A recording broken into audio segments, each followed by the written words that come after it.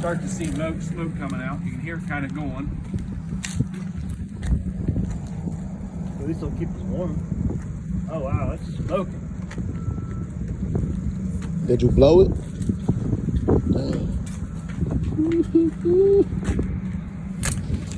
Shit.